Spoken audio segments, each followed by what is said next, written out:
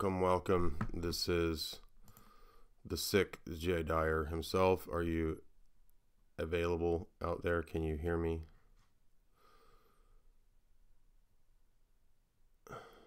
Do I have a debate date yet? No, I just emailed, or I just messaged JF the dates that I was free, and he did receive them, and he said that we will know pretty soon which day we'll be able to debate. So it'll probably be sometime between the 17th and the 30th. So sometime in the next couple weeks we'll have it all lined out. But anyway, I feel like I'm well enough to do a stream, and it's been so long since I haven't talked to anybody that I needed to do a stream, or else everyone will completely forget my website and I will have no more friends and I will be poor and die. So I'm here to do a stream, and we're going to talk about something fascinating, the book of Jeremiah. And I've been meaning to do this for a long time, and I thought that since I just recently reread the book and saw a lot of new material. I mean, I've been reading Jeremiah for about 20 years, but this last reading I really noticed a whole lot because I did a very in-depth analysis of the book. So there's a lot that stands out, and it's very relevant to our world, because we tend to think, oh, we don't live in that Old Testament time when everything was crazy and everything was superstitious. We live in the modern age. Well, no, actually, our elites do all the same kind of stuff. In fact, if you listen to the Globalist book series, I took you through Arthur Koestler, who said that human sacrifice and cannibalism was natural. We looked at other globalists who said basically the same thing. Nothing wrong with human sacrifice and cannibalism. It's just a predatory practice of nature. And we're going to see this, I think, if we get into ethics with JF, we're going to see the utter absurdity and subjective nature of ethics when it comes to this supposed worldview, the naturalistic, materialistic, reductionistic worldview, which claims to be so rational, so coherent, and yet at the same time it is utterly irrational and incoherent, and particularly when it comes to morals. Now, there's a video where JF himself says that the principle of pedophilia is not incoherent or inconsistent with Darwinian morals, but that he himself doesn't support the practice. And as we're going to see, there's quite a few more things that aren't necessarily inconsistent with the natural selection process as the sum total of morals. And that will, of course, include things like cannibalism. It's going to include things like ritual human sacrifice. Why would that not be perhaps that's just a Darwinian manifestation of the tribe selecting the worst and the best, right, to go into the future. I mean, why not, right? There's not really any objective standards involved in this. And in fact, the ideas of what it is to specifically be the fittest is itself a bit of a tautology, but we'll go into that more in depth if we get into the debate with JF and if we discuss morals. Now, we won't solely be focusing on morals. I have, as I've said, probably 100 debates I've had with atheists who have the same view as JF. And JF is telling me that he's a big fan of Dawkins. Come on, give me a freaking break. Like, I can't handle a Dawkins dude.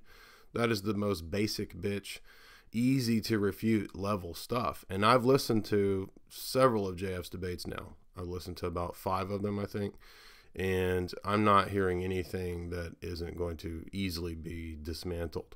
I mean, JF is not sufficient when it comes to philosophy. I'm not saying that makes my position true. I'm just saying that it's not going to be difficult to refute this. And it does, in a way, relate to what we're talking about in Jeremiah, because, the stupidity of all the Bible people. They're so stupid. They believe all that dumb Bible stuff. They're like little babies at vacation Bible school going to learn their little bitty Bible stories.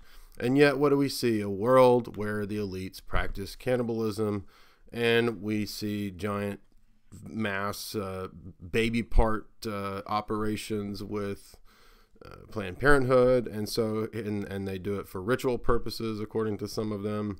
And so we live in the very same world that everybody thinks doesn't exist and is, quote, Old Testament. So Jeremiah is the prophet who's prophesying from around 640 BC to 586 BC. And of course, 586 is the year of the Babylonian captivity. So if you're not familiar with the history of the Israelites, basically from the time period of the Exodus from Egypt and then into the conquering of the Promised Land, you have the period of the Judges, and this leads to then the period of the Kings. And then at the close of the period of the Kings, you have this basically national apostasy. And this is oftentimes overlooked. People forget, they're not actually aware of why Israel fell into this serious level of apostasy, such that it brought the wrath of God against the entire nation into bringing them into Babylonian captivity. And so many times in the book, we're told that this was a very severe chastisement because Israel had capitulated to the nasty practices of the locals. Now, this is important because I want to lay this out, because this is a common objection that people have. I have no idea that JF or anybody was going to bring this specific objection up, but it comes up all the time. People say, how in the world could a nice God give us the command to take over the Promised Land? Well, this is a little bit more involved, and if you are familiar with the Old Testament, then you already know the answer to this question. Of course, 99% of people aren't familiar with the Old Testament, so they don't understand why this would happen or what was going on. But actually, the practices of the tribes in Canaan's land, which would eventually become Israel, city of David, etc., when the Jews took it, these practices were extreme, to say the least.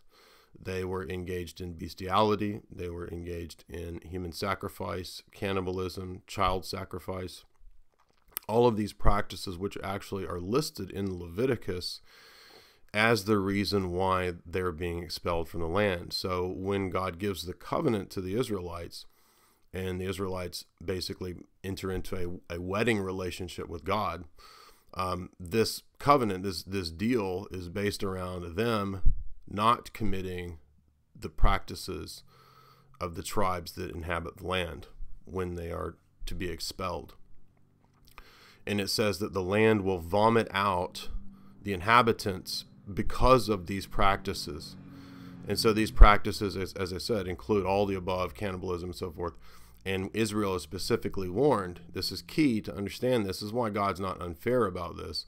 God says in the covenant to Israel, if you do not keep this covenant, if you fall into the practices of these nations, he says the land will vomit you out and you will be led into captivity. You will receive all of the curses of the covenant, just as I said I would curse them for you. So Israel is in a privileged position of responsibility here, but they also are in a much more dangerous position if they fall into those practices, because they're even doubly liable. And guess what? That's exactly what happened. And Jeremiah will be the prophet who will castigate Israel precisely because they fell into the practice not just of worshiping false gods. This is key. Not just worshiping false gods, but they went so far as to offer up their infants as sacrifices to Baal and to Moloch and to various other deities. And they eventually were even given over to cannibalism and other such practices. So human sacrifice plays a crucial role, which is oftentimes downplayed or forgotten in terms of understanding the law and in terms of understanding why the Canaanites were genocided and expelled. Now, some people say, well, why did they wipe out all the Canaanites? Well, in many places in the Deuterocanon, and this is going to be somewhat controversial, but I will stand by this, because we have a different Bible in terms of the Old Testament. We have the book of Baruch, which is an extra section to to Jeremiah. It's, Baruch was Jeremiah's scribe. Baruch describes the giants. Judith describes giants. And so this is a kind of leftover genetic lineage from the Genesis 6 description that we have of the sons of God going into the daughters of women, and it produces, quote, giants. Now, if you just have the Protestant Bible, then there's only a couple places where you can kind of speculate that maybe it's talking about giants, or maybe it's talking about human beings. And so you could go to the book of Jude and you say, oh, well, Jude talks about the book of Enoch, and the book of Enoch talked about the watchers and the giants, et cetera, et cetera. So maybe that's what's going on. But of course, most Protestants and most rationalists look at Genesis 6 and the text of Jude, and they say, oh, it doesn't matter. No, there's no such thing as giants. There was never any angelic fall. There was never any fall of the watchers. That's all made up nonsense. However, when your Bible is the Orthodox Bible based on the Septuagint, and you have quite a few extra books, even a couple beyond the Catholic Deuterocanon, then you have quite a few statements that elucidate the giants, particularly, as I said, Baruch, and in Judith, in Wisdom of Sirach. In many places you have these little phrases and comments and expansive commentary on the giants. Now, exactly how big they were, I don't know. Who knows?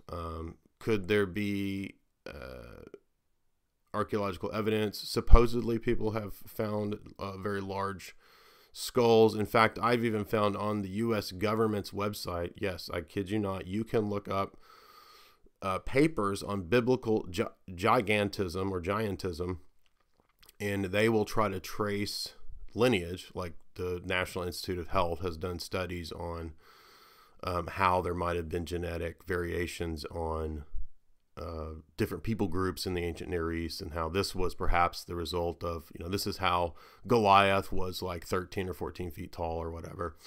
Anyway, we're told that these different people groups, the Rephaim, the Nephiim, and so forth, Goliath being a descendant of these people in some way, that they do have some connection to the people of the land who the spies said were giants. If you remember in the book of Joshua, when Caleb and the spies are spying out the land and they say these people are giants. When Abraham is fighting the kings, they're described as giants in the book of Genesis. Now, how exactly this continued after the flood, we're not specifically told, except that it's entirely possible that there were still fallen angelic entities, fallen powers who were still engaging in these kinds of nefarious practices, whatever they might have been, magic, mixing genetic species and so forth. So anyway, what I'm getting at is that this is also an aspect to the land in terms of Canaan's land, which nobody ever talks about. And the Bible has quite a bit to say about it, especially when you look at all these deuterocanonical texts that I've mentioned. And it does specifically say that that the giants inhabited the land, that they had in some way instituted these practices of human sacrifice, which actually that is what the book of Enoch describes. I'm not saying that the book of Enoch is necessarily canonical. However, it can contain correct tradition, given the fact that the book of Jude, which is canonical, cites the book of Enoch. So it does make sense that these very large people obviously had a lot of power. This would be the origin of the ideas of the Titans and of Hercules and these different myths. They did require human sacrifice. They basically used up the resources of the land. And so this, again, this explains a lot of what's going on in the conquest of Canaan's land by the Israelites. And so eventually these people get cleared out for the most part. Maybe not every single one of them. We have mentions at times in history of excessive examples of gigantism, people 12, 13, 14 feet tall. So that's not speculation. That's not too hard to believe. It's entirely possible that there were 15, 20 foot, maybe more dudes walking around kicking everybody's butt, demanding, babies be sacrificed, and they were eating babies. So, we don't know everything that was going down in the ancient world. So, that's entirely possible. And in any Darwinian naturalistic person who's going to say that this is ludicrous sounding, it's no more ludicrous than your belief in mermaids and that all these non-existent transitions between the species and all this transmutation that there's absolutely no evidence for. So actually, this makes a lot more sense than the naturalistic magic view, which Jeremiah is actually going to mock a little bit at the beginning of Jeremiah. So that is part of the reason.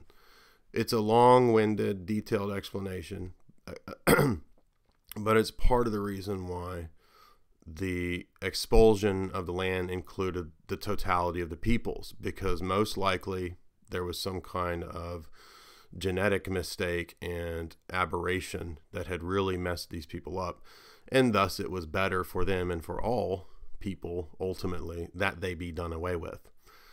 Now, if you don't have all of these extra commentaries in the Orthodox Bible, it's a lot harder to make sense of this stuff and to figure it out.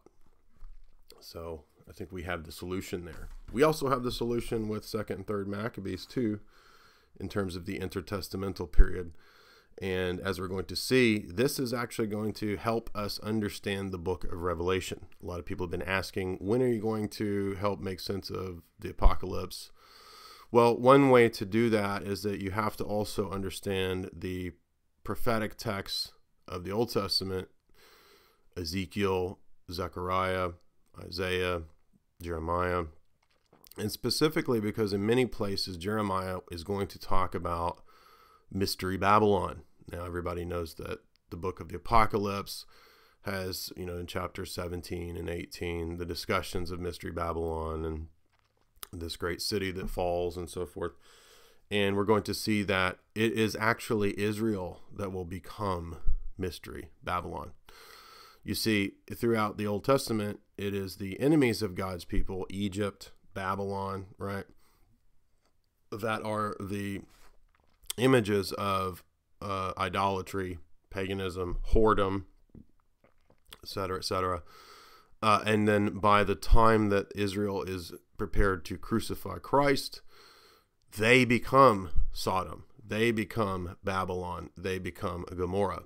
And the New Testament will make this abundantly clear. And this will actually refute all the idiots like Tim LaHaye and John Hagee and all that nonsense. In fact, the Apocalypse specifically says that the city, this great whorish city, is the city where Jesus was crucified. That's Israel, right? Very clear, abundantly clear. It's not the Vatican. It's not New York City. It's not any stupid thing like that. It's obviously the city where Jesus and all the prophets were killed, right? Jesus says this as well, that he sends the prophets to Israel, and they stone, crucify, and kill each and every one of them. And so all of the vengeance and wrath written of in the prophets has come down to that generation, the 1st century 70 AD generation, which crucified the Messiah. That is the culmination of Israel's violation of the covenant. And so there's all these statements, as you'll see, throughout the prophets, including Jeremiah, including Hosea, including Amos, including Isaiah, where on the one hand we'll be told that Israel will be divorced. God is going to, as Hosea says, give Israel a writ of divorce and get rid of her because she's awful. Yet at the same time, there are statements that there's an eternal covenant and that God will never divorce his true bride. So how is this reconcilable? Well, it's easily reconcilable when you have the proper template from proper theology as to understand what's going on here. The Israel that gets divorced is the one that Paul says gets divorced, right? Which is flesh Israel, the one guilty of crucifying the Messiah who came to her. The true Israel that will never be divorced is the church. And that church has continuity with the saints in the Old Testament church, right? Moses, Jeremiah, right? We have icons of these people because they're part of the same church as us. So anyway, what we're going to see though in Jeremiah is that this great city, Babylon, that's going to siege Israel and take it over, this is going to be a type, this is going to be a pattern for what happens in 70 AD. Not just 70 AD, but there will actually be many abominations of desolation. But firstly, it's described in the book of Jeremiah as the desolation that makes an abomination, which is when the temple is razed by Nebuchadnezzar in 586. That is going to be mirrored, this is very important, during the Maccabean period, right? The 2nd century. This is when you read the books of Maccabees. This is why this is so crucial and important in terms of understanding how to make sense of these texts. This abomination of desolation is spoken of by Daniel during the Maccabean period and also referenced by Jesus in terms of the 1st century. So there are multiple patterns of this destruction of the temple, defiling this abomination, right? And the temple being razed. So again, this is 586 BC. And then during the 2nd century, we have Antiochus Epiphanes doing the abomination of desolation that Daniel predicts. He is the Greek ruler who will sacrifice the pig on the altar. This is described very clear in the first few chapters of Maccabees. And it's described as the abomination of desolation. Now remember, that's 2nd century. Right here, we're talking about Jeremiah writing in 586 BC, and he's calling it an abomination that makes desolate when Nebuchadnezzar destroys the temple. So this is 2 different time periods, 300-400 years apart, and they're both called the abomination of desolation, right? So it's not strange, and this is why people get confused and why the Protestants are all idiots and wrong. It's not wrong to also point out that from the 2nd century BC up to 70 AD, that's another period in which there will be another abomination of desolation and the destruction of the temple and the wiping away of that old order and administration according to the book of Hebrews and the establishment of the new covenant. And the preeminent prophet for preaching the new covenant specifically will be Jeremiah. And interesting, he's going to say early on that in that new covenant, in its administration, there will not be an ark. The ark of the covenant will no longer come to mind. Now, if you're a Jew, what would you think of that? How in the world could you make sense of a new covenant that God would establish where the ark of the covenant won't even come into mind? It almost seems impossible. Nevertheless, that is what Jeremiah says early on. Now, I want to point out that the major themes, again, are destruction and captivity. So remember, there are mirrored instances, patterns of the destruction of the temple, the razing of the temple, defiling of the temple, and they're called abominations of desolation. And they're not just one of them. And so we're going to see that pattern continue until the final instance of this, right? And this would be because of Israel's ultimate apostasy. What's the ultimate apostasy? What's even worse than worshiping Molech and sacrificing your kids? It's killing God's son, right? It's killing the Messiah, your own Messiah. God himself comes to you and you crucify him. That's the culmination of Israel's violation of the covenant. And that's what leads to the written bill of divorce and the destruction of the temple in 70 AD and the end of that whole administration. And the only way to reach God after that is through the church. There's no dual covenant. There's no halfway as a Jew that you can be saved by the Talmud or something. No, you have to accept Christ. You have to be orthodox in your beliefs. So what I'm getting at, though, is that Jeremiah will help us see that his preaching is actually a type of Christ and the apostles, because he's going to preach almost in many places in Jeremiah exactly the stuff that Jesus does. It's pretty amazing. And I didn't actually realize this until the last time that I'd read it, that that he's almost an image of Christ ahead of time, warning about the destruction of the temple, which is exactly what Jesus does in Matthew 24 and Luke 21, right? And then Jeremiah mentions, of course, the arrival of the new covenant, which is obviously Christ. So all of this that Jeremiah is predicting in many, many, many places is going to really clearly be Christ, especially when Jesus uses almost all the same language in some of the chapters that Jeremiah does.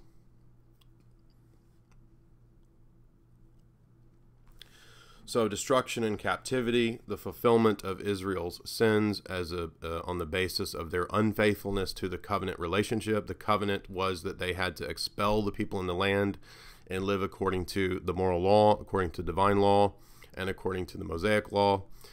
They did not keep that. They failed. Therefore, they're going into captivity, which, again, this is key. This is the curse of the covenant. The curses of the covenant. If you don't understand that, you're not going to understand the book of Revelation and Jeremiah or Isaiah or Hosea. The curses of the covenant come upon Israel precisely because they fall into the satanic rites of the people around them, which is in Canaan's land. And so Jeremiah, who will be put into the stocks, which will be a type of the cross of Christ, right, the wooden stock, is called the weeping prophet, right, Lamentations of Jeremiah. And so he's going to be predicting, as we said, not just many amazing things with the new covenant, but he's also going to predict in a type the destruction of Jerusalem, not just in 586, but in 70 AD. Now you say, how is that possible? I will tell you an amazing insight into this. This is how it's possible. Daniel says that through reading the prophet Jeremiah, he figured out all of these different dates. So Daniel understood that Jeremiah wasn't just talking about 586 BC and the raising of the temple, but that he was also talking about the 2nd century Maccabean destruction, defiling of the temple by Antiochus Epiphanes, the Greek king, right? Now, this is way before any Greeks were invading Israel or anything like that. This had not happened yet. Alexander the Great had not come around yet. But Daniel says that he figured this out from reading Jeremiah. So what you're getting here, again, is mirrored patterns in history. So the book begins by discussing the choosing of Jeremiah, and it occurred to me that Jeremiah is spoken of as being chosen even when he was not yet born. It says, God says, I knew you in the womb, and that I chose you and I ordained you to be a prophet to root out and pull down and destroy nations while you were not even in your mother's womb. Now, idiot Mormons take this and they think, oh, see, that means that you were like a spirit baby prior to being born and you had some existence. And no, it has nothing to do with being some damn spirit baby. All it's talking about is that God foreknew that Jeremiah would be a prophet to the nations, and he was, right? But in other words, God has a love and concern for the baby in the womb, right? And this is contrasted to the many times in the book of Jeremiah where the Israelites sacrificed their babies. That's the point. The point is an invective, an apologetic against the practice of Molech worship and Baal worship, to burn your kid to, the demon god. And God is saying, no, I have ordained you as a prophet even before you were in your mother's womb. And again, we can even see in that a type of Christ, because, or John the Baptist, of course, being filled with the Holy Spirit from in his mother's womb. We read, and of course, Christ being conceived by the Holy Spirit. I'm not saying Jeremiah was conceived by the Holy Spirit. I'm just saying it's a type of that. And so the words, this is interesting from our perspective of inspiration. Different so-called theologians and Orthodox who have argued with me over what inspiration means. And I think, thoroughly refuted that many times over, as the Catechism of St.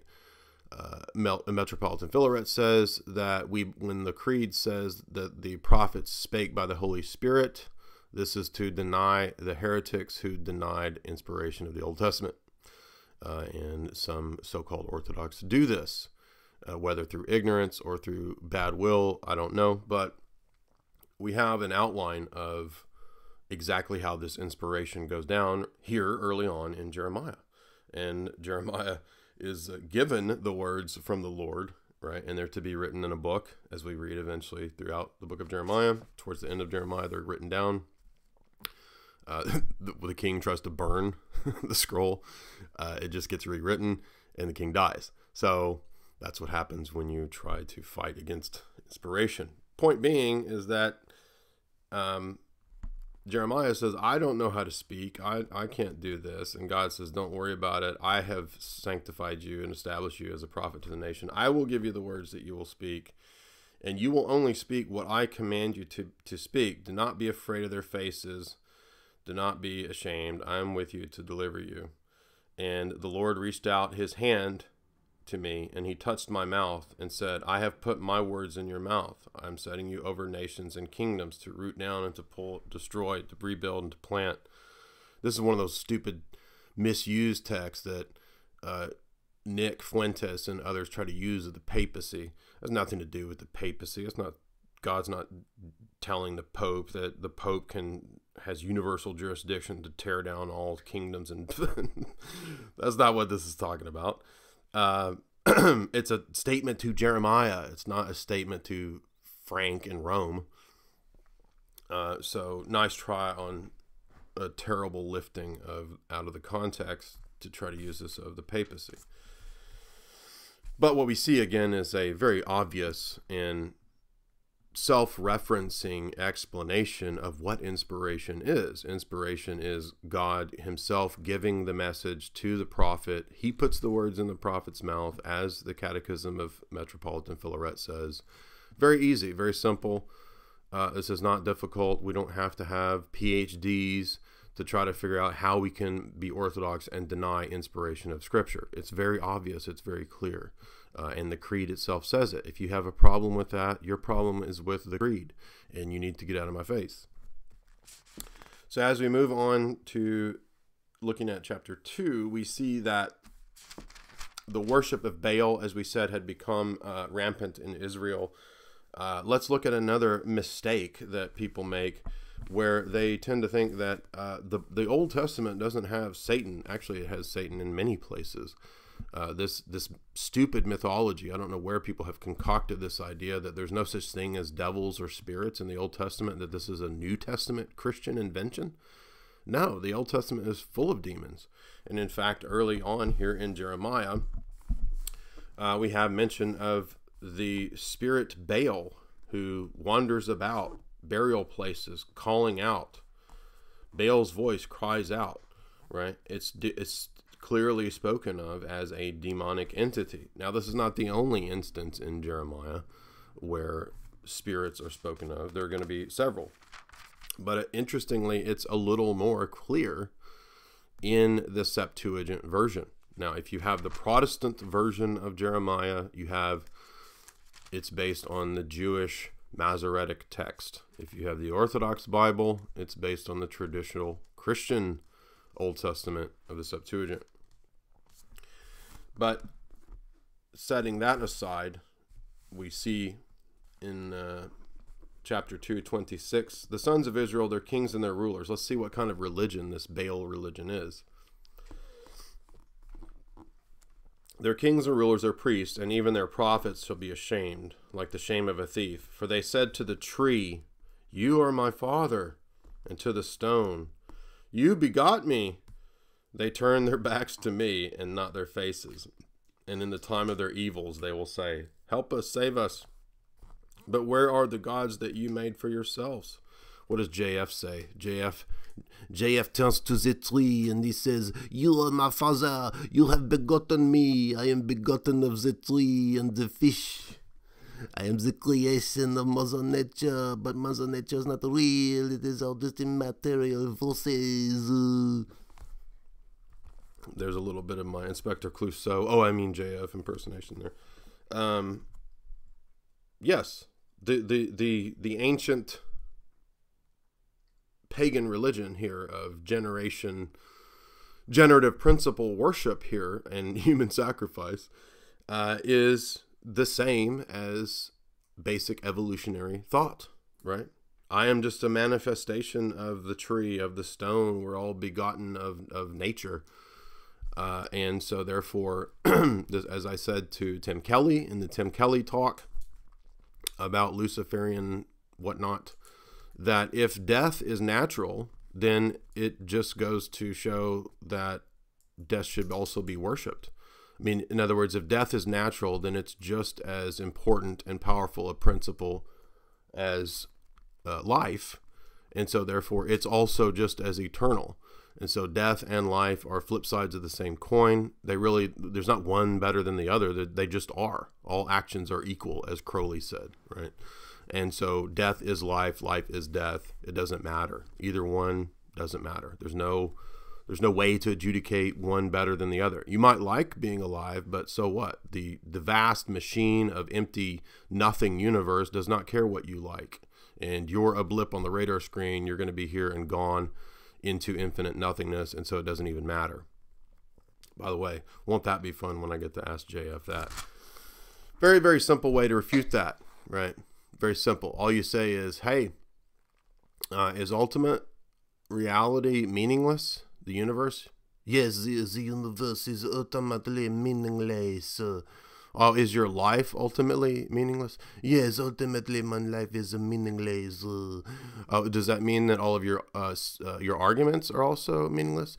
Ultimately, the arguments are meaningless, but I want them to have some meaning. So all of your sentences in this debate then are ultimately meaningless. Well, they are and they are not, but baguette. See, what will JF do? What will JF do? So JF is basically a manifestation of this kind of, Baal worldview here, divested of its demons, supposedly, we think, right?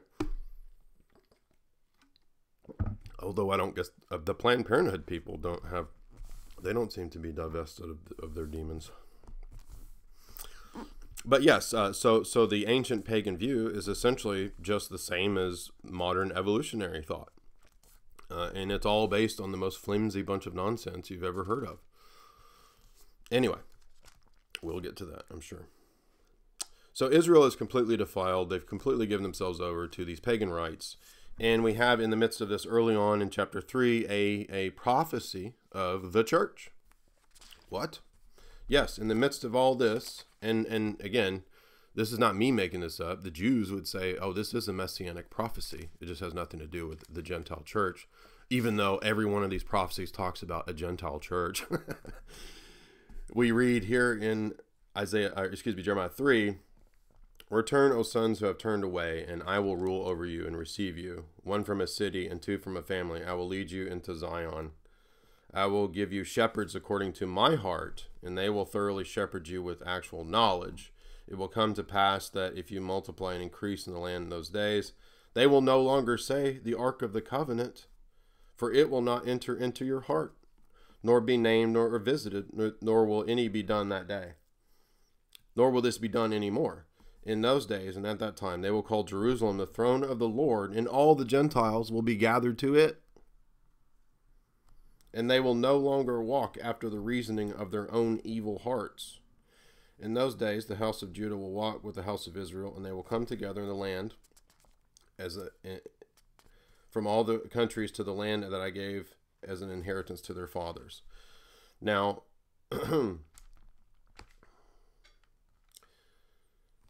so pretty obvious here. Jerusalem, the throne of the Lord, right? Christ came to Jerusalem. He's the Lord. The Gentiles hoped in him. Absolutely.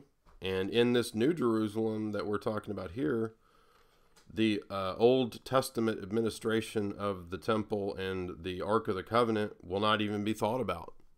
Exactly. There's no Ark of the Covenant. We don't need it because Jesus came.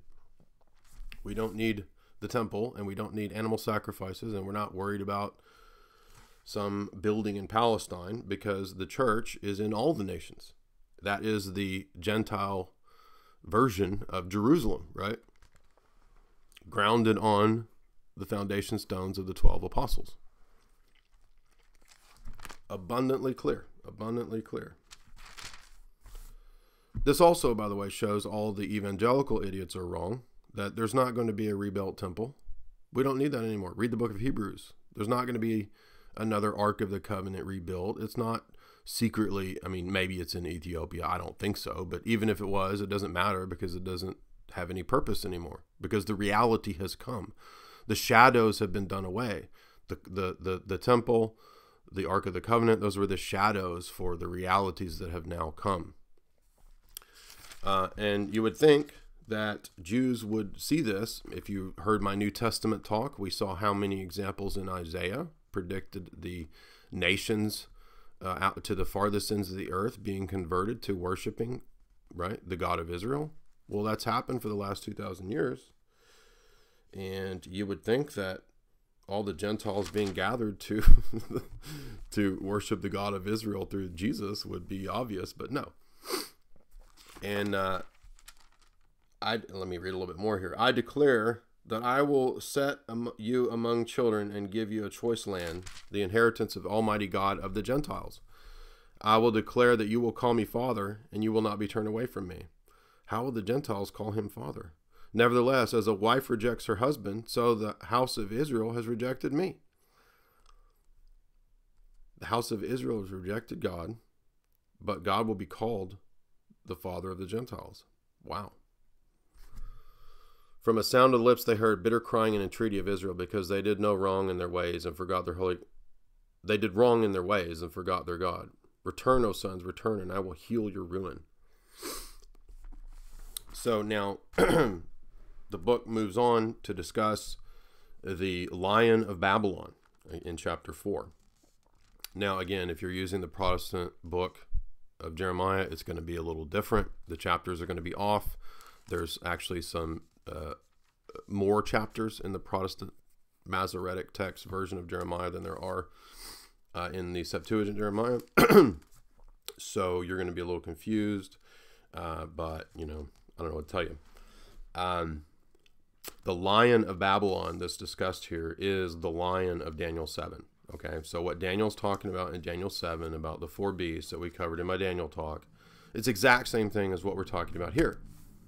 This is the period in which the Babylonian king will come and destroy Israel.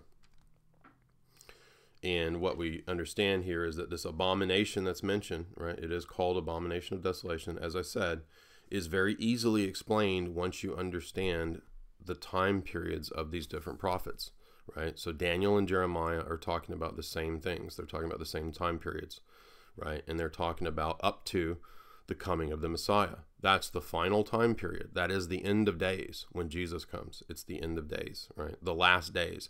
Jeremiah is actually going to make that clear. He's going to say, in the last days you will understand, right? When the Gentiles come to you, to Israel, that is the last days, right? If you think of the prophecy of Joel, of Pentecost, in the last days, right, my spirit will be poured out upon all flesh, right? That's not talking about 2,000 years later. That's not talking about something Hal Lindsey's talking about. It's explained in Acts 2, to be Pentecost, what's happening in Acts 2. That's what Joel is talking about. It's not talking about something now.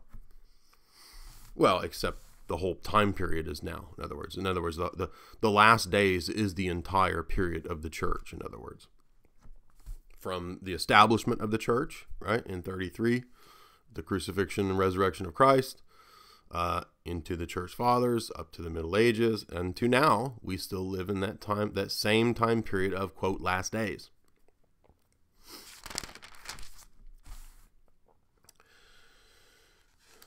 Now, towards the end of chapter 5, we have the statement that Jeremiah rebukes the Jews because they did not plead the case of orphans and widows. They did not care about the poor. They did not care about their own people. And God says, I will take vengeance on these people because of this. They don't care about their own. And they listen to the false prophets. Bewilderment and horrible things have come upon this land. The prophets prophesy lies. The priests applaud with their hands. And my people love it so. And what will you do after these things? So it's, in other words, Jeremiah, you'll start to see throughout the text, he emerges as someone almost just like Christ, right? His ministry is almost the same as Christ's ministry. And this is going to be more and more evident.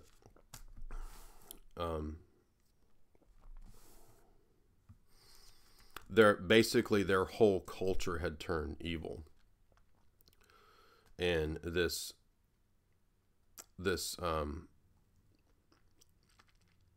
from the least of them to the greatest of them, everybody practices lawlessness.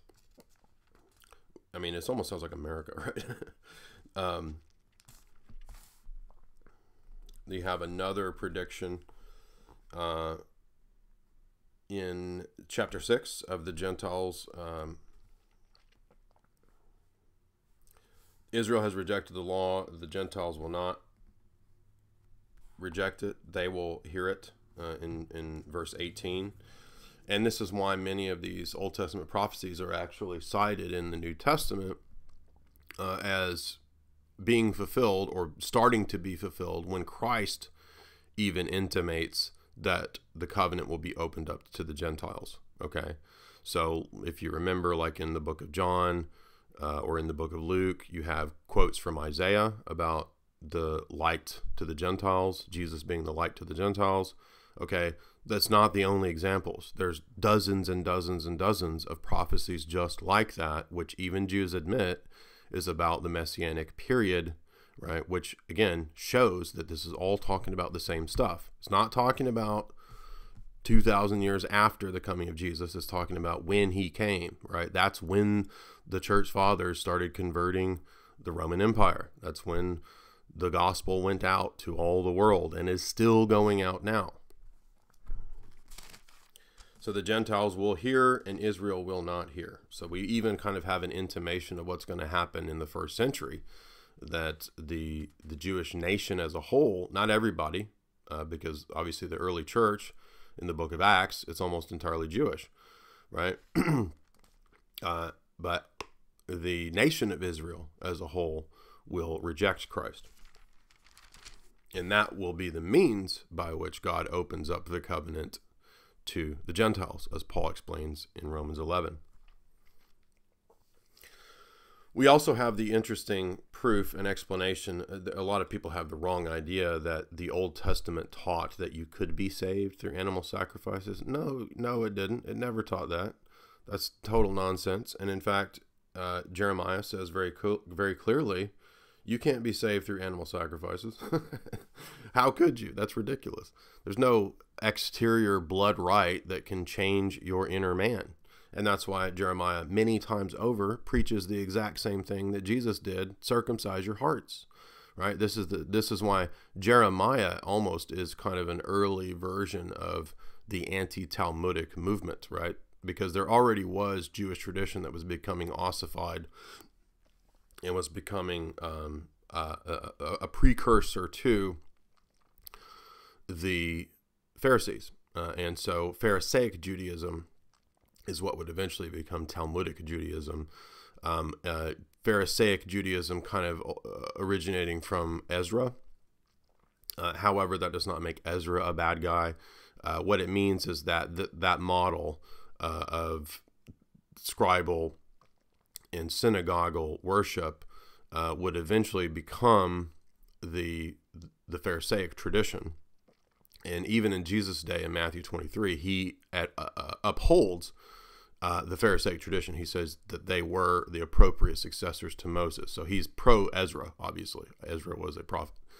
But what happens is that when they reject Christ, obviously that whole tradition goes bad, right?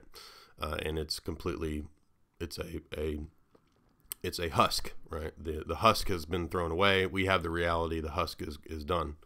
But it still survives today. And it has the same problems that Jeremiah was bitching about back then. And he says, you have your scribal traditions. By the way, again, he's echoing what Jesus says, right? Jeremiah says, you have your scribal traditions that you trust in. You trust in your animal sacrifices. And he says, none of those things can save you. Those were only types. Those were only, they had a specific purpose, and they're not ends in themselves. And he says that you secretly also practice astrological rites, right? I mean, this is what Pharisaic Judaism does. It has like sigils and amulets and astrology, right? Kabbalistic Judaism as well. And he says, all I asked is that you served me from the heart. Now, that doesn't mean that God didn't institute the ceremonies. He did for a time period. He didn't institute astrology rites, right, or amulets, but he did institute a specific type of worship for a time period until the Messiah came. But the Jews had corrupted all that and turned that into their own false tradition. And so we read in chapter 8, how can you say we are wise and the law of God is with us? The lying pen becomes vanity for the scribes, and the wise men are put to shame and convicted, for they rejected the actual word of the Lord.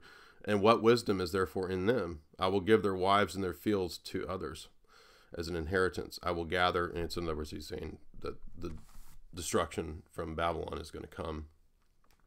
But there you have an early statement that parallels what Christ says to the Pharisees, right? In Matthew 22 and 23, about the false traditions that the scribes had been erecting all the way back to Jeremiah, right? So even in Jeremiah's day, the scribes and the Pharisees had their occult traditions that they had been making up that had nothing to do with the actual worship that God instituted. And in fact, it's here in chapter 7 that we have the first mention of the human sacrifice. They set up their abominations. This is verse 29. The sons of Judah did evil in my sight. They set up their abominations in the house that is called by my name to defile it. They built the altar of Tophet in the valley of the son of Hinnom to burn their sons and daughters in the fire, which I did not command them, and nor did it enter into my heart. Behold, their days are coming, says the Lord, when they will no longer say the altar of Tophet or the valley of Hinnom, but instead the valley of the slain. He says, because you're all going to die from the Babylonian captivity, which is a punishment for all of this stuff. And let's see again the echoing of, and then so what are some of the practices? Well, we mentioned, astrology, human sacrifice, occult. It doesn't stop there. It's also usury. They were doing usury upon themselves, which you're not supposed to do. The law forbade usury upon your brothers. Therefore, there is usury upon usury, deceit upon deceit, and they do not know me, in chapter 9. So let's not think that this only relates to occult practices. It also relates to screwing people over through usury. So, in other words, Israel was utterly wicked. They were awful. I mean, it would be like Helltown, It's like you go over to look up Valley of Hinnom. It's just this big hill in Israel, and that's where there's a big idol to Molech or Baal set up, and they're just regularly, churning out cooked babies there. And so they said, well, but we're not evil because we're circumcised. Quite literally, that's what they said. We're good. We're circumcised. And what does God respond to this?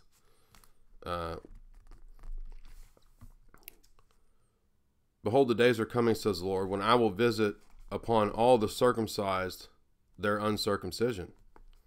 I will visit Egypt, Judah, Edom, and Ammon, and Moab, and all who dwell in the desert, and all who shave their face. For these all are uncircumcised in the flesh, but Israel is uncircumcised in their heart. So he's including Judea, Israel, amongst all the pagans. He's saying, you're no better than them. I don't care if you have a circumcised body part in the flesh when your heart is not circumcised. That's the point. And so the idolatry, right, that is so rampant, that Romans 1 describes as being universal, has completely infected and toxified Israel. They're as bad or worse than all the pagans around them.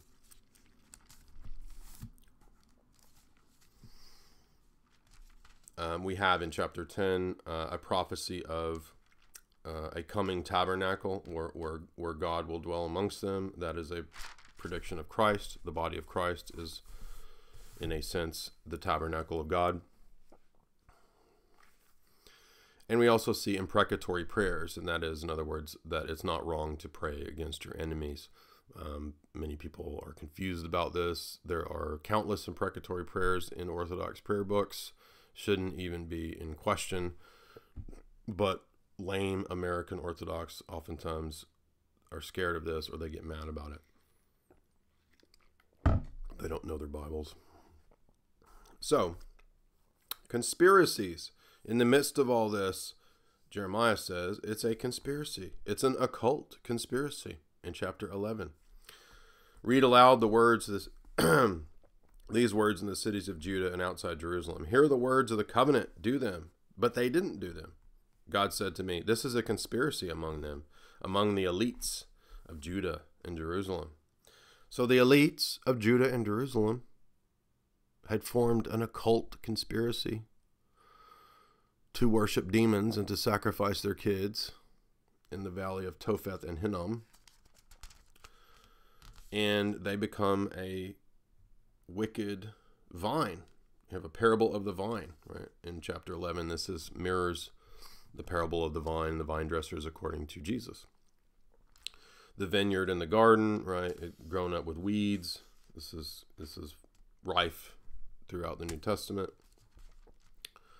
And then we have, again, another prediction of the Gentile church.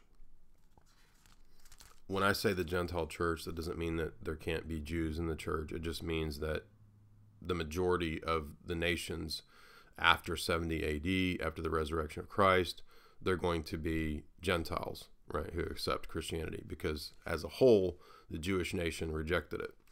And so the salvation then goes to the Gentiles. But this, again, in chapter 12, we have another prediction of the Gentile church. And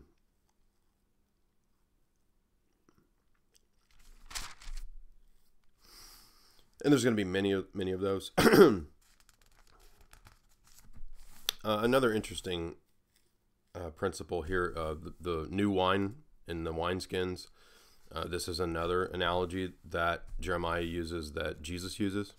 Again, over and over and over, we're going to see Jesus really just reflecting what's in Jeremiah. And that's because Jesus is the author of Jeremiah. It's the Spirit of Christ that inspired the prophets, we're told in the New Testament, right? It's Jesus who's at Mount Sinai. It's Jesus who's I am that I am, right? The Byzantine icon of Jesus has that above his head, I am that I am. So it's not Old Testament mean God, Jesus comes as new God. That's total nonsense. And anybody who thinks that just has no knowledge of the Bible. Everything that Jeremiah is saying is almost exactly the way Jesus will talk. Do you see that? Do you see what I'm saying? Now, here's an interesting principle that Protestants miss, and this is the idea that there is intercessory prayer on the basis of saints and even the dead. And so we have here in chapter 14, Jeremiah's praying, and he's saying, we deserve, to be chastised. We've sinned against you. All the prophets in Israel are a bunch of phonies. They prophesy lies. And by the way, how many so-called Christians do this, right? How many so-called Christians teach that you can participate in Zen and you can do yoga and you can do New Age stuff and Jesus doesn't care and it's all equal, it's all the same. They're just like the false prophets of Israel.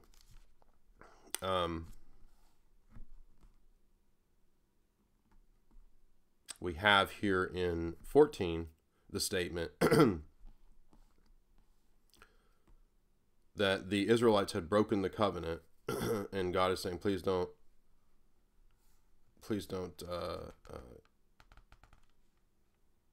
forsake us. Or Jeremiah is saying, please don't forsake us. And then we have the statement in 15. God says in response, even if Moses and Samuel stood before me to intercede, right, it wouldn't work. So the idea here being intercession, right, doesn't just have to be living people, but as we see in the book of the Apocalypse, the saints in heaven are busy praying, right? The martyrs are praying. So they intercede for us. This is why we have the intercession of the saints. This is why even the Jews believe this, and they always have. So it's not a pagan thing. It's just an idiot thing from Protestants that they don't understand what they're talking about. But we do believe that Moses and Samuel could intercede, just like Jeremiah says that, right? God says that saints could intercede, but it's not going to work because I have determined destruction for this people because they've broken the covenant, and the covenant curses, therefore, are going to come upon them as a chastisement.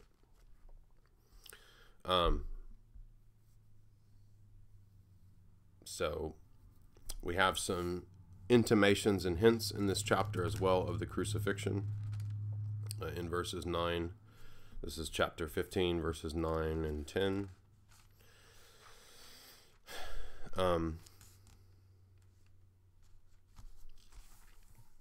The voice of the bridegroom, right? This is in chapter 16. This is, again, exactly what Jesus talks about. The bride and the bridegroom. How many times does Jesus use that in a parable? Again, he's getting that directly from Jeremiah. And then we have, once again, a prediction of the Gentile church. In verse 19, O Lord, my strength, my help, and my refuge in the day of evil. To you all the Gentiles will come from the ends of the earth, and they will say, our idols were false, and our fathers acquired from them, and there's nothing beneficial in these idols. So the nations will drop their idolatry in the Messianic period.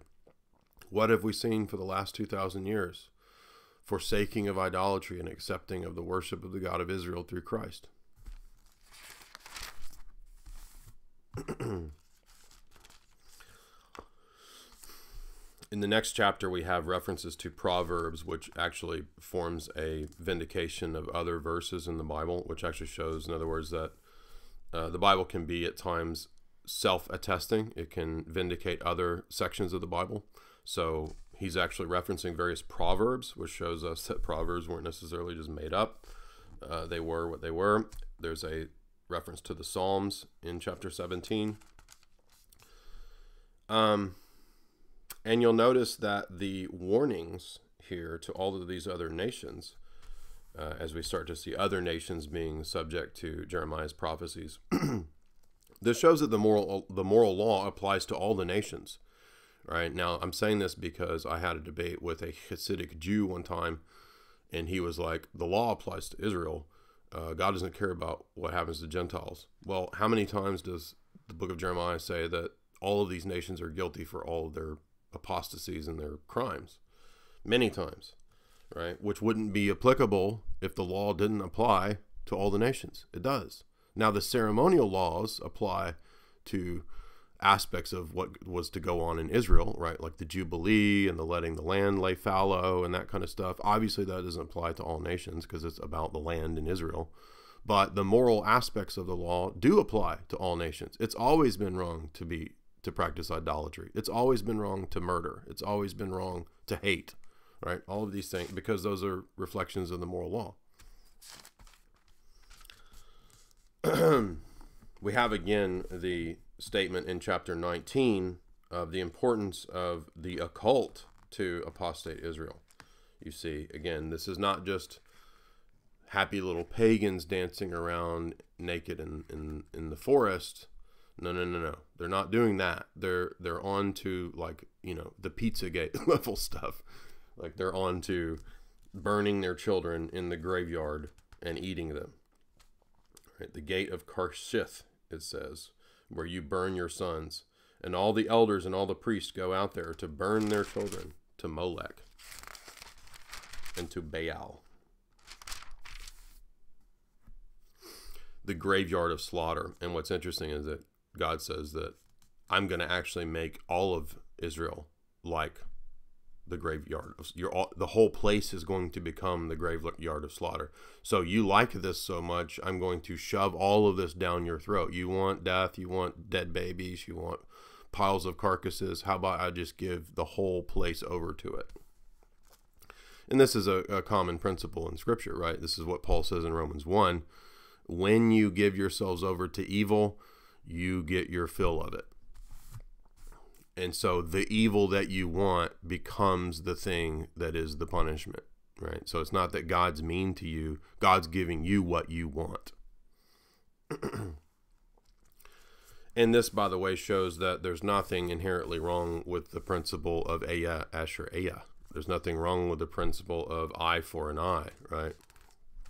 There's nothing wrong with, if you want this, then God gives you that. Right. So Jesus didn't come to do away with eye for an eye. That's the lex talionis. That's a common evangelical misunderstanding.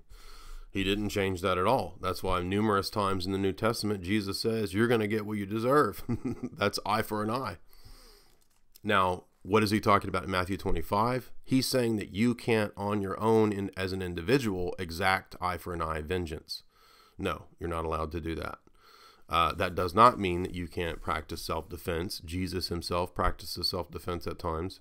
It also doesn't mean that there's never a place for the death penalty. Jesus advocates the death penalty. Okay, so let's not be childish about this stuff here, as most evangelicals and even some Catholic and Orthodox are when it comes to these questions. There's references to the book of Job, which is interesting. It looks like here in chapter 20, so it looks like Jeremiah was aware of the book of Job, and so therefore we have another testament to the veracity of Job in chapter 20, verses 14 through 18. He seems to be echoing or quoting Job, which I had never noticed before.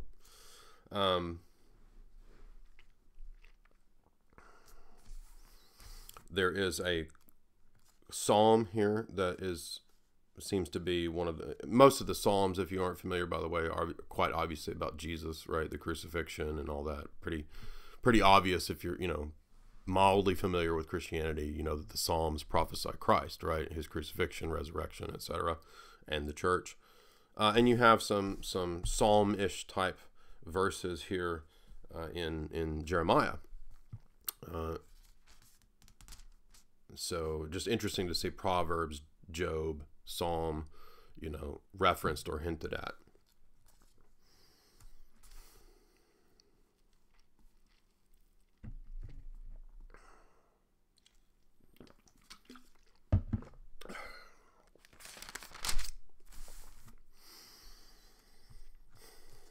So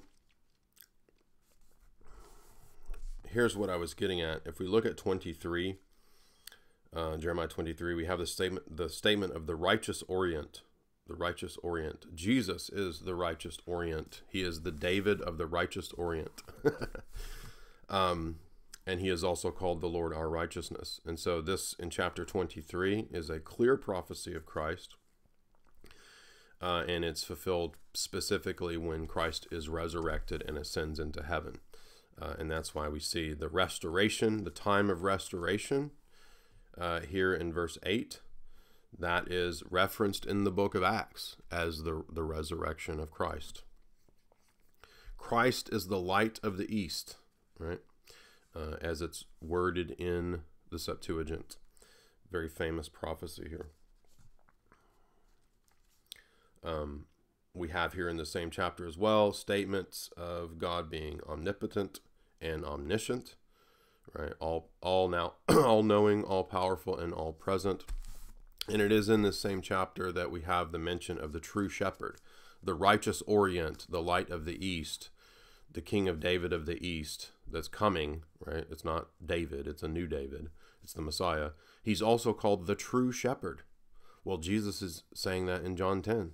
So in John 10, Jesus is saying, I am the fulfillment of Jeremiah 23. You see how vast and intricate the Bible actually is, how all of this stuff just amazingly fits together when you understand it. And it's an amazingly powerful testament to the truth of Christianity, right?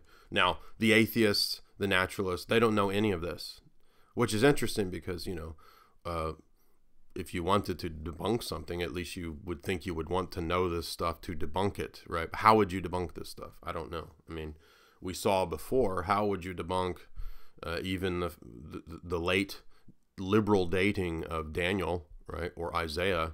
It still predicts all these things that are after the late date. How is that possible? Well, excuse me. We're getting here to about the middle of Jeremiah, and we're going to get to the mention of the divine council, which is the idea that Jeremiah has in some way been invited into God's divine council to deliberate along with the angels. The prophet has that role to make decisions and judgments, right? We have this statement in the New Testament that the saints will judge the angels, the saints will judge the world. And in fact, we already somewhat do. We participate in that divine council role already in the same way as did Jeremiah. And so if you're familiar with the works of Dr. Michael Heiser, I know many of you are. I always get asked about Dr. Heiser. Yes, I've read his papers. I read them 10 years ago. I agree with all that. And he was, at least for a while, a subscriber to Jay's Analysis. I'm not sure if he still is, but he was for a good while. And so, yes, I think that principle is true. It is true that that the angels participate in deliberating and executing God's judgments for him. And then this is obviously consonant with, what you would read in Dionysius the Areopagite and the celestial hierarchy. Nothing strange in any of that. And here in chapter 27 and 28, we get the idea that Jeremiah is part of that same divine council. But chapter 28 is very important because here we get the whore of Babylon, cup of Babylon imagery. And this is going to play into the book of Revelation very prominently. So this is very key. This is central. We're going to get insight, another window into how to understand and interpret Revelation through what Jeremiah is talking about and through understanding the days of vengeance which must come upon this generation, right? All which is written in the prophets. These are the days of vengeance in which all written in the prophets must come upon this generation in Luke 21:22. And so we will see that helps to explicate that the majority of what's going on in the book of Revelation is about the first century. It's about the church being persecuted in the first century. It's about the whore, Israel, riding the beast, Rome, right? Rome and apostate Israel teamed up to try to destroy Christianity and the apostles, right? Pretty obvious. That's the whole book of Acts, right? That's the woman riding the beast, right? The beast, Nero, his name comes out to 666. This is not too hard to figure out. It's said that the beast is the city that sits on 7 hills. That's Rome. What empire ruled in John's day? Rome. It's not that hard to figure out, right? Who's the woman? The woman is the one who has the cup of whoredom, right? And in her is where all the prophets were killed and where Jesus was crucified. It's Israel. Israel is the whore, right? So while in Jeremiah, right, Jeremiah is talking about Babylon, he's also going to call Israel the whore. And that's what John's doing in the Apocalypse. He's saying Israel is now the whore. Israel is now Babylon. Israel is now Sodom. Israel is now Gomorrah. Israel is now Egypt. She has become the embodiment of all the enemies of God's people because she divorced God and transferred her allegiance over to Satan. And so she worships the beast, Rome. She united with Rome to crucify Christ and to persecute the apostles, right? So the pagan and the Judaic Talmudic union, right, is the enemy of God's people. That's who, and they both try to stamp out the church. They can't do it, but they try, right? They've been trying for 2,000 years now. And so what we will do in the second part for subscribers is that we will continue looking at the notion of the occult. We will continue the idea of the days of vengeance and the captivity, and how this is a type of the first century destruction of Israel and the end of that whole administration, and how everybody who tries to resurrect that is a heretic according to Hebrews. You cannot go back to Judaism. You cannot go back to animal sacrifices. If you do, you're a heretic. And Hebrews makes that abundantly clear. And so that goes for all Protestants, and that goes for all weirdo cults and sects. And we will see how this, again, enlightens us to understand appropriately the book of Revelation, and how Revelation is not super mysterious to the point of having no relevance. It's in the Bible for a reason. Our liturgy explains it as having a reference to the history of the church, and the establishment of the church, and the rejection of flesh Israel. So thank you for listening to this stream. Hopefully it was educational. We made it up to halfway through Jeremiah, or Jeremiah 28, and we will continue the second half for subscribers at Jay's Analysis. You can subscribe for $4.95 a month or for $60 a year. You can get my book, Esoteric Hollywood, Sex, Cults, and Symbols in Film. You can subscribe to the TV show at Gaia TV, Hollywood Decoded. Yes, don't worry. We will have the debate with JF in the next few weeks. It will happen. Don't worry. As long as I can still talk, I think I'm good now. And thank you, everybody, for tuning in. And I will see you soon.